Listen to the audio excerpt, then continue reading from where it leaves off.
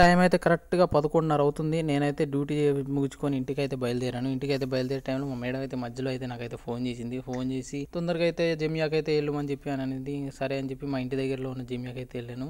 ఇదే మా ఇంటి దగ్గరలో ఉన్న పెద్ద సూపర్ మార్కెట్. దీని తర్వాత అయితే మా మేడంకి అయితే కాల్ అయితే చేశాను. కాల్ చేసినట్టయితే మా మేడం నాకు ఎగ్స్ ఇంకా కుబుల్స్లు అయితే తీసుకొని రమ్మని చెప్పింది. సరే అయితే అని చెప్పి ఇంకా లోపలికి వెళ్ళి మన రథాన్ని అయితే తీసుకున్నాను. రథాన్ని అయితే తీసుకొని ఇంకా అయితే బయలుదేరిపోయాను.